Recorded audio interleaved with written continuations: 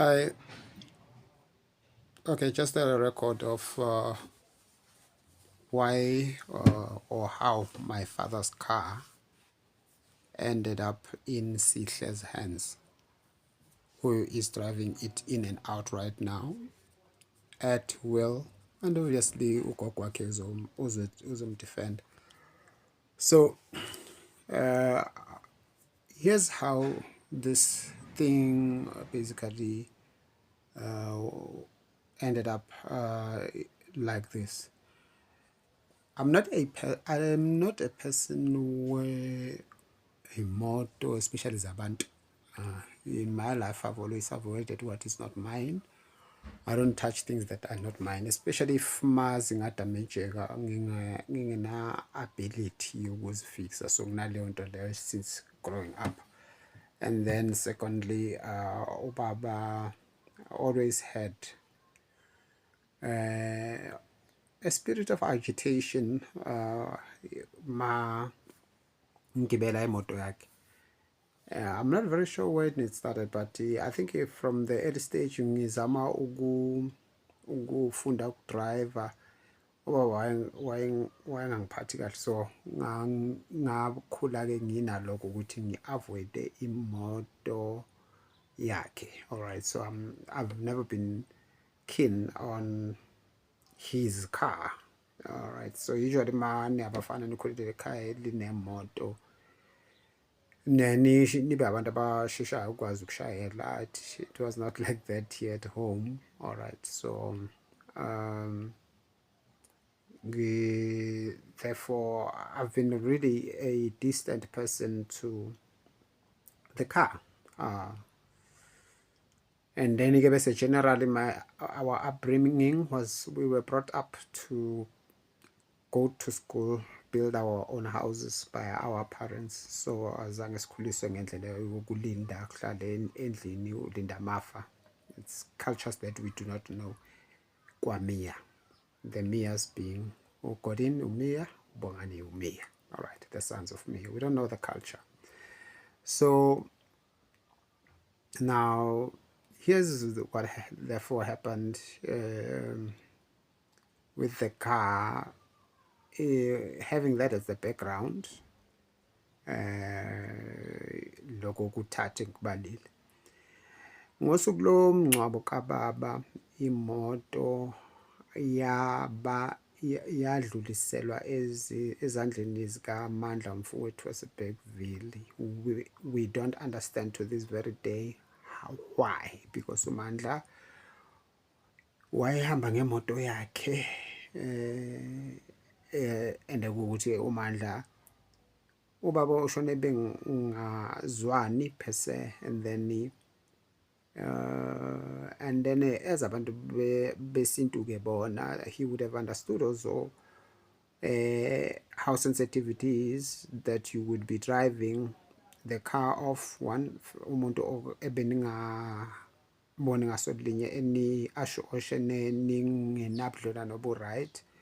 Secondly, ukuthi imoto yomuntu oshonile ibishayelwa ngesikhathi sokushona kwakhe. All right, so but yeah, okay, those are some of the issues that you would have expected a person of my brother Mandla's caliber to understand. So I don't know why he agreed. So I don't, but as even there, the element there of the whole situation was just simply to cause further strife between families by the originator of the deed, because why would you, or rather who gives a person the right to, or rather ma umuntu sathabe isibindi sokubolekisana ngento ekungasiye yakho kanjani. So ngayo la mina ngihambelana nabangani bami uNkulunkulu angiprovide ngabo to come to my rescue, uTebo, Justice no Baba Nhlapho. So we traveled with their cars. So ngagcina mina uMandla epake esangweni lasesontweni eMahon, ngaze ngathi yabona la upake khona ngemoto yakhe awupake kahle kabi ngoba ama-hairs efika uzoshesha ukhona uxhuma as a family car ukuthi silandele amahesh kanjalo ukuthi kwa imoto kuze kanjani imoto yasekhaya ibe kuye, but he said he was given the car by Sihle. All right. Now, this was not known earlier ukuthi he was given the car by Sihle. What umama wabuza because imoto yaphuka ibivele iphukile, so umama nobaba bebengayi emathuneni ngemoto, bebeya nje lapho ifuneral ekhona bese besala lapho belinda babuya emathuneni unless kune transport like amabhasi, bengene emabhasini. So now ibimoto engenawo amandla ukuthi ingahambe leyo distance leyo, ibivele inokugula. All right. Ukuthi-ke mina esadini lami bengicasulwa kwalokho ukuthi ibadla imali le moto kunokuthi ngabe benza ezinye izinto abadinga ukuzenza, imali lokhu idleka emotweni. So at that stage mina my understanding was that ubaba ogcina imoto ngikwaze ngoba seshonile ukuthi he wanted the car to go, umama belesele ukuthi imoto ingadayiswa. Now mase ifile ke imoto ngelanga lefuneral, umama lokhu yabalisa and then mina ngazi lutho, so but ke bese ngelinye ilanga ngithi no, ithi ngizoya ngoba uloku uyawubuza lo mbuzo, nemoto yayihleli kabuhlungu lezansi iyodwa isishiyeke lapha ezansi estradini sethu until late. So ufuna ukwazi ukuthi ubani owanikeza umandla imoto, uLeshona uSihle uMpume, they are not coming forward as to what happened. So mina ke bese ngithi mina hayi yazini I think vele ngiye kumandla eDube ukuthi ngimbuze ukuthi wenzakaleni so that uzothola isolution, because it was like 6 or was it 3 months after the funeral umama usakhala ufuna ukwazi ukuthi wenzakalani ngemoto.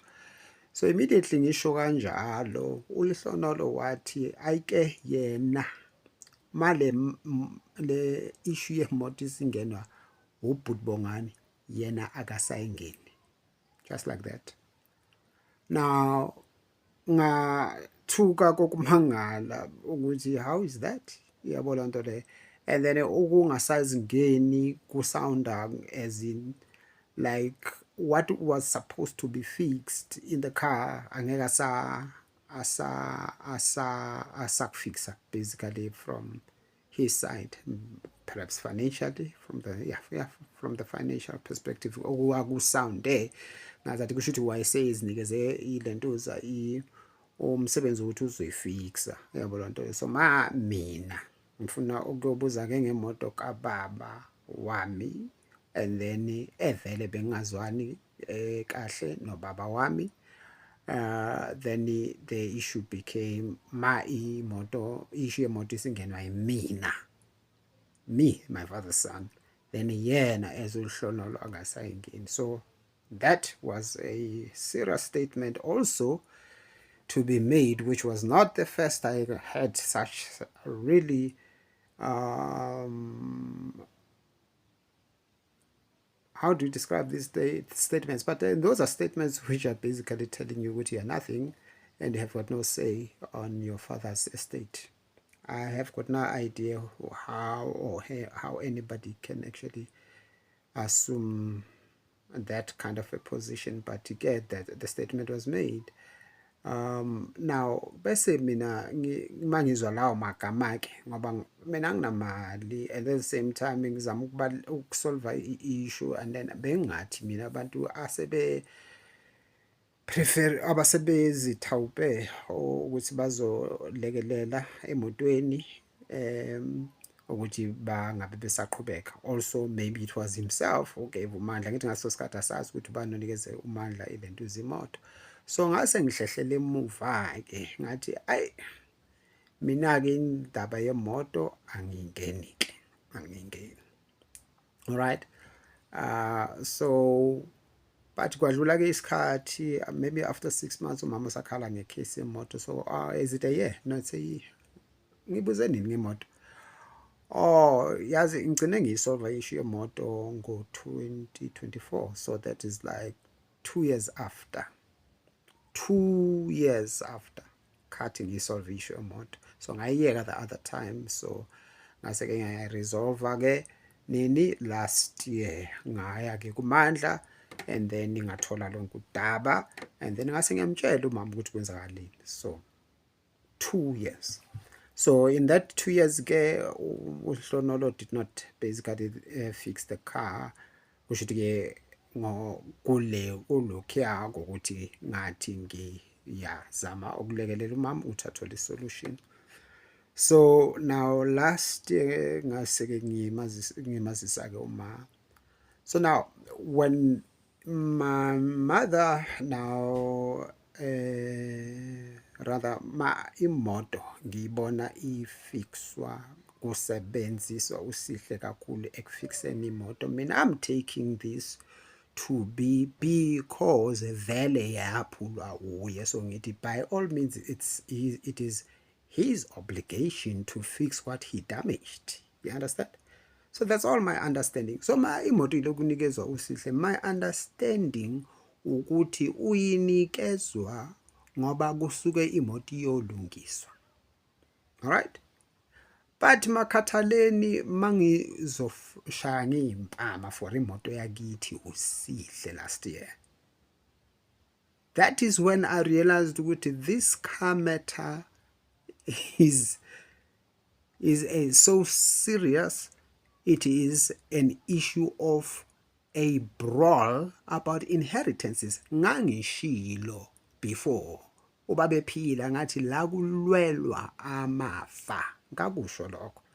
I've said that so many times. Now, how abazukulu would fight for amafa with me, I'm the son in this house, I don't understand. So now kulwelwa amafa, ngakubona lokho, ngakubona kungakazivezi as it is showing today. And then ulento kwacaca ukuthi it has crossed the line from as in last time mangibekwa isandla, it has crossed the line from being a case of a car yakithi that is being fixed to somebody having decided to make my father's car to be his property. Now, over the period, because I won't go to each and every detail of everything that has happened, all I'm saying is the car was supposed to be fixed by the one who broke it. How it became owned by him is something I do not understand, and angikhona ukubuza umama because uyangibhokela mina umama ngolaka. But ngo-December last year, when we were listing izinto ezenziwa yilo mfana kumama, so that we basically put together a case and then siyombophisa, or rather basically really sasithi akuyo inkantolo ukuthi inkantolo emxoshe lakithi. So we put together so as we were listing these things, I never drive people. Mina angibafaki abantu amagama emlonyeni. That is not my character. So I allowed mom to list for herself izinto ezenziwa umfana ezimphatha kabi.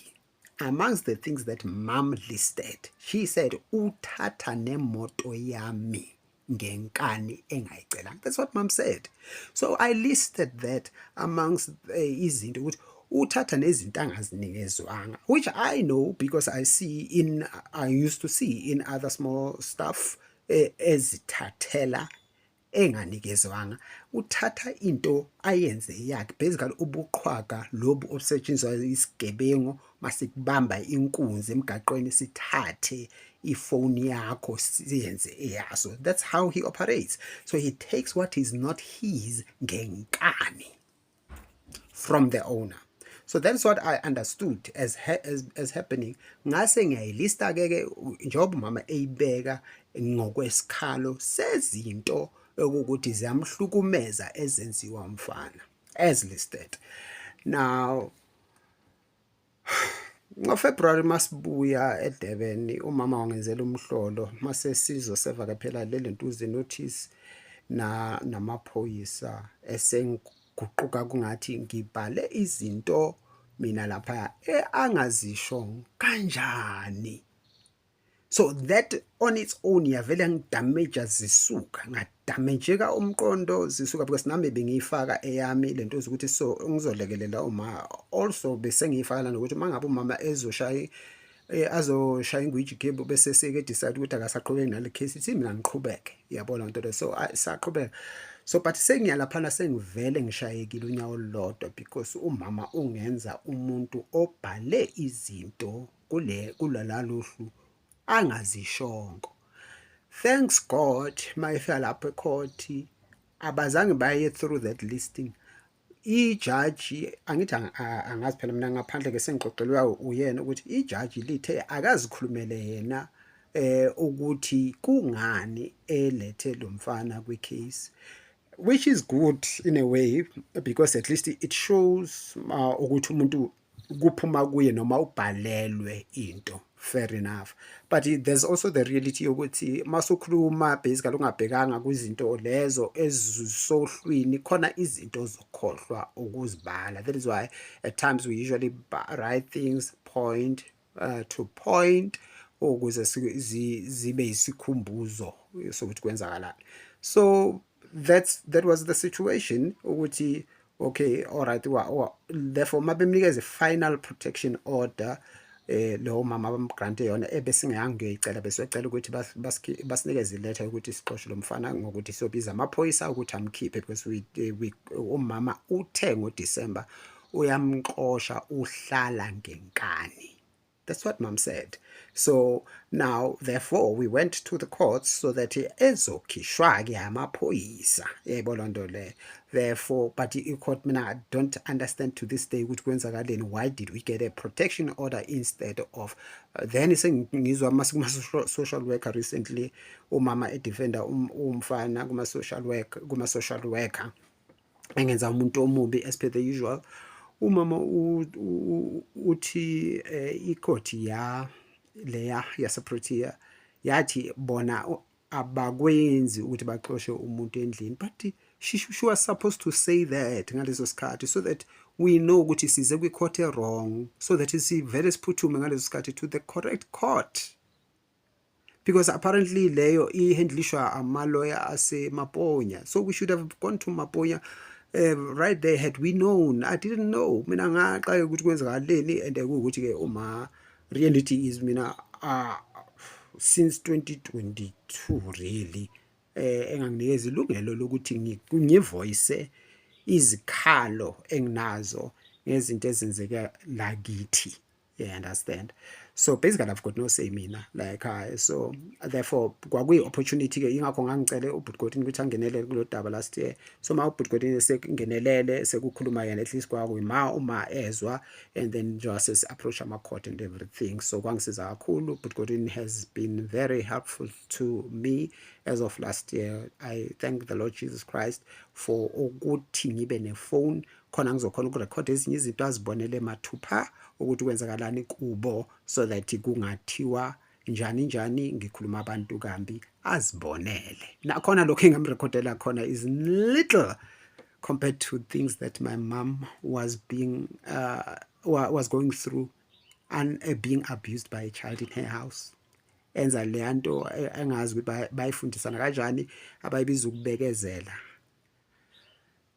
God help us. Now imoto ke yalinda kanjalo ngokuthi kungathi iyafixeka. So kwi-protection order kubhalwe kubhale clear ukuthi angathathi izinto angazinikezwanga. He never heeded, he hardly heeded any of those protection order thingies. He continued. So ngiyacasuka during the year because ulokhu eprovoke izinto wenza izinto ezisaqhubeka kulokhu esasivele siye lapha for zone. Uqhubekile wakwenza waphula yonke leyo mithetho ye protection order. So mina manje ngiqakile ukuthi hawu ma salo sabuyela kulezi zimo angithi angikhona ukukhuluma nomama angisho phela ukuthi mama manje wasuthula ngibukele phela ngoba ngiyabona nazi izinto ziyaqhubeka phambi kwamehlo kamama and then umama kunokuthi afonele amaphoyisa. She's not doing that, you understand? So ngiyahlukumezeka up to the stage I got beaten up for 30 minutes without fighting back. Angilwi nabafana abancane mina. It will never happen, and nobody of that age will make me fight. So irole yomuntu omdala ukushaya ingane, not ukulwa nengane. So then he beat me for some 30 minutes and the like. So mase ngiyobiza amaphoyisa umama uthi yimi ngibe wrong manini decide ukuthi ngi wrong on the basis lezinto alewayitshela ilomfana uthi yimi ngibe wrong, and then uzomfakazela kumaphoyisa. Ngithi so be it. So I'm not going to that part of the story. The story for now is just this. Ogoti, he continues defying the requirements lezo umama amsetela zona, and then instead ke umama sekeyekele yena lezo lawo ma requirement, yena umama sekejikele izinto azishilo. Ngibona ukuthi kwenziwa yini, kwenziwa ukuthi umama usesaba ukuthi uzoyejele lo umama engabathatha ifoni, which is true. Umama akathatha ifoni afonela amaphoyisa uyaboshwa lona. So umama lento le iya protection order seyivele yamenza isiboshwa because manje seke nefear yokungenisa lo muntu ejele ngegama lakhe. Now this now becomes an albatross because now she is trapped. But here's where my mom made me really get hurt. Ngiphelelwe ngimbuza ngithi okay le moto le ngimbuzile lokhu kukhona uhlenge ngathi le moto le nje iqeda kuthathwa because alright ngathi icewena kuwe wathi ngahlenga ukuthi imoto ithathwa without ilento imvume ngomama kamfana, so kube ubufakazi duku ohlengwe nami lento le ukuthi ayibuma noma control defies and going against her word. Kube kuukuthi phela mawunikeza umuntu imali yepetrol kodwa ube uthi uthathe imoto yakho ngaphandle kwemvume, kusho ukuthini bazalwane? And then mangingathi ngiya enkantolo ke mina into engisayisho umnikazi wemoto kuye umnikeze imali yepetrol. That's how the car got to his hands. I am lost as the son of Mia ukuthi kwenzakalani. So ngizibuza ukuthi kwenzenjani umama waba mafa akithi and then uphe umzukulu imoto kababa. Sikhona thina abantwana basekhaya. And then bese ngikubeka lokhu kucaci ngibuyela kulanto yaseqaleni angisumuntu oyimoto mina. But angifuni uku-underminewa in my role as a child, as my father's son, and nobody will replace me from my role as the son of the Mia. And then again, the car proves what I said from the onset ukuthi kulwela amafa la. So kusho ukuthi sesisesimweni sokuthi uzitshele ukuthi uzoqhwaga amafa. Kanjani? Now i-case ke yemoto ibe ileso simo konke bengifuna ukuyisho ithi ngipause because okay nokungisizile ukuthi ngipause ngoba manje bese ngikhohlwa ukuthi bengithi ngithini futhi okunye njengoba imoto thina njengamadodana kaMiya uGordon Miya umfowethu omdala nami uBongani sithe imoto ayidayiswe. We said, Mom, sell the car. And Mom wanted to sell the car. Suddenly, our mother has changed minds. She's no longer selling the car. Hayi imoto ngiyayidinga. Uyidingelani ma? Because ama-Uber akhona, and then ma udinga uye endaweni ethize sibhuka i-Uber yafika ime la, sikuhambise, so uyidingelani imoto? So, right there, you see the influence. Angithi masiphume endlini kuba nama discussion amaningi, and then you see this when you go to the house later, especially during when I go to the house mainly for prayer. Bengiya nasendlini for ukulalelisa umama izitori zakhe ayithandayo zamandiya. I'm not a TV person, ngayiphumela TV kudala, but ukuzama ukulekelela umama ukuthi isithukuthezi yabo sometimes. So kumnandi mawubukela izitori ubukele nomunye umuntu, mawubukele uwedwa akukho mnandi kangako, yabo lonto. So bengimbukelisa ke, yabo lonto, all these years since ubaba shonile. Now uyezwa lapho nje in passing remarks and then also in prayer ukuthi kune-influence ekhuluma endlebeni zikamama behind our backs, and it's clear who the influence is. It is very clear. Now the problem being, my mother has always had this problem abantu bakwaKhambule abanayo yokuba nalo mntwana abazomthanda ngendlela wrong. Umamncane wami walahlekelwa yindlu yonke ngenxa yendodana yakhe uSimanga Thando. Abanye bomamncane kuyimanje khona into abayisafarayo ngabantwana babo. Those things that you don't expect a parent to tolerate. So leo effect yakho Khambule ikhona kumama, kube lo ambekezelo abawufundisanayo kuma prayer teams, and then kuzoba ukuguga ubudala bathi babengeluleka abanye abantu bathi hayi abogogo abantu mase bagugile baba melu ngendlela sengakhona, yabo lonto le. So umama unyaka maqala uthi ma ungafuni ukusebenza awudli la kwami. She says that, which is very true because the Bible says so.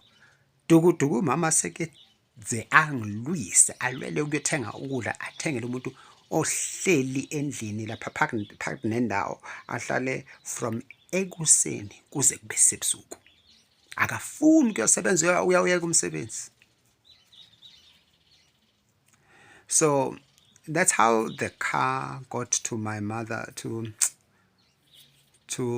Usihle. It came as if kufixwa into eyaphulwa uye. Suddenly mina ngibona seyi-ownwa uye. Ngixakekile i-social worker libuza uma ukuthi imoto yomndeni na noma ngithi ku-social worker cha eyakhe umfana anganisikhiya sihlala kuye, si-ownwa uye, decidwa uye. So the next session was supposed to be ukuthi umfana abe khona kuleyo session. Umama wangena esibhedlela akhe, lento evele yangishadira makar zonke lento bengithi ngiyazenza nje zavele zashikhinyabezeka ngesimo sokungena kukamama esibhedlela, esengeniswa na uzibona sehamba ama-social worker nakho konke okwenzakalayo. But-ke lapho into-ke yamlimaza kuwukuthi wawalker from eDlamini elangeni, sort of like a similar heat stroke to what killed my father. But make khuluma nomfundisi ngathola ukuthi kuze kanjani ahambe ngenyawo, asiyeke leyo. Thank you. So that's how the car got to be owned by Usihle. We don't understand as the Science of Mia how is he owning our family car, but that's what is happening. Ana authority phezu kwe-property kamama according to the South African law. So ngixakekile nami. All right, so that's what's happening. Thank you.